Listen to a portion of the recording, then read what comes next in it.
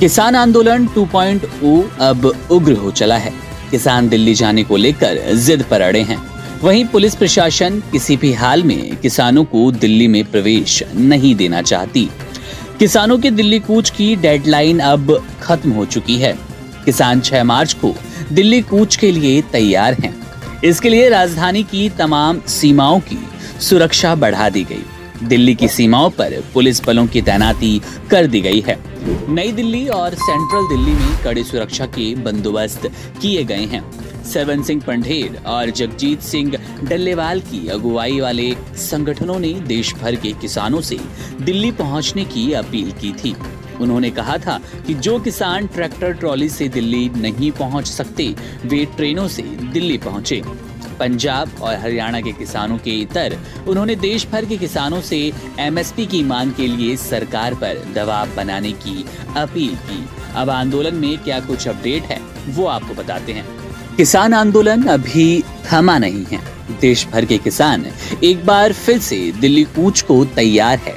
Shambhu border पर पिछले काफी दिनों से डेरा डाले बैठे किसान अब जंतर मंतर 6 मार्च को जाने वाले हैं। ऐसा वो कोशिश करेंगे कि तमाम कोशिशें सरकार के फल हो और इनका आंदोलन तेजी से बढ़ता रहे।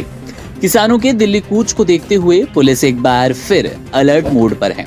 राजधानी के सभी बॉर्डर्स पर पुलिस ने निगरानी बढ़ाने के साथ सुरक्षा व्यवस्था की चाक चौबंद बढ़ा दी है। दिल्ली में कई जगहों पर धारा 144 लागू कर दी गई।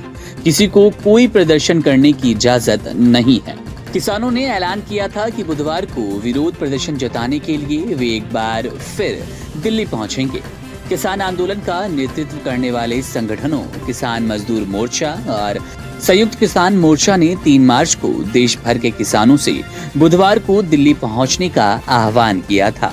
बस, ट्रेन और मेट्रो से उनकी दिल्ली पहुंचने की योजना है। सिंघू और टीकरी बॉर्डर पर पुलिस और अर्धसैनिक बलों के जवानों की तैनाती लगातार जारी है। रेलवे और मेट्रो स्टेशन और बस अड्डों पर अतिरिक्त पुलिस और अर्धसैनिक बल पहले से तैनात हैं। ये जानकारी एक सीनियर पुलिस अधिकारी ने दी। उन्होंने कहा कि किसी को भी कानून का उल्लंघन करने की इजाजत नहीं दी जाएगी। किसान नेताओं का कहना है कि देश में जो लूट हो रही है उसको बचाने के लिए किसान लड़ाई लड़ रहे हैं। उन्होंने कहा कि हमारी अभिव्यक्ति की आजादी को छीना जा रहा है। जनता को हमारे लिए सरकार से सवाल करना चाहिए। किसानों ने फसलों के लिए न्यूनतम समर्थन मूल्य एमएसपी पर कानूनी गारंटी अपनी विभिन्न मांगों के समर्थन में 10 मार्च को 4 घंटे के लिए देशव्यापी रेल रोको आंदोलन का भी आह्वान किया है। किसानों ने अपना विरोध मार्च 13 फरवरी को शुरू किया था, लेकिन उनकी दिल्ली कूच की कोशिश को पुलिस ने नाकाम कर दिया था, जिसकी वजह से हरियाणा और पंजाब की सीमा पर कई झड़पें हुई।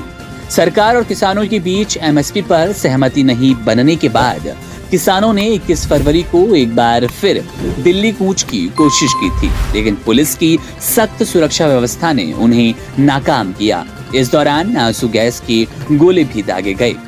अब किसान मेट्रो और ट्रेन के जरिए दिल्ली में प्रवेश कर सकते हैं, जिसके चलते इन जगहों पर पुलिस की मेट्रो स्टेशन पर भी सख्त नजर है। प्रधानमंत्री आवास और गृह मंत्री के घर के आसपास भी भारी फोर्स तैनात कर दी गई। इसके अलावा किसान नेता सरवन सिंह पंढेर और जगजीत सिंह डल्लेवाल ने कहा कि किसानों का बलिदान व्यर्थ नहीं जाएगा। मांगे पूरी होने तक संघर्ष यूं ही जारी रहेगा। तो कुल मिलाकर 6 मार्च का दिन किसानों के लिए बड़ा हो सकता है और यहीं पर पुलिस प्रशासन की मुश्किलें बढ़ती नजर आएंगी। आज सोशल मीडिया से लेकर आपके चलते फिरते जीवन में भी पत्रकारिता के बुरे दौर की चर्चा होती है, क्योंकि जिन लोगों पर सूचना देने की जिम्मेदारी है वो आपके लिए नहीं बल्कि कॉरपोरेट और सरकारों को फायदा पहुंचाने में लग गए हैं। विज्ञापन मॉडल को खारिज कर आप इस बीमारी को दूर कर सकते हैं और अपने नारे को बुलंद कीजिए। मेरे खर्च पर आजाद है खबरें।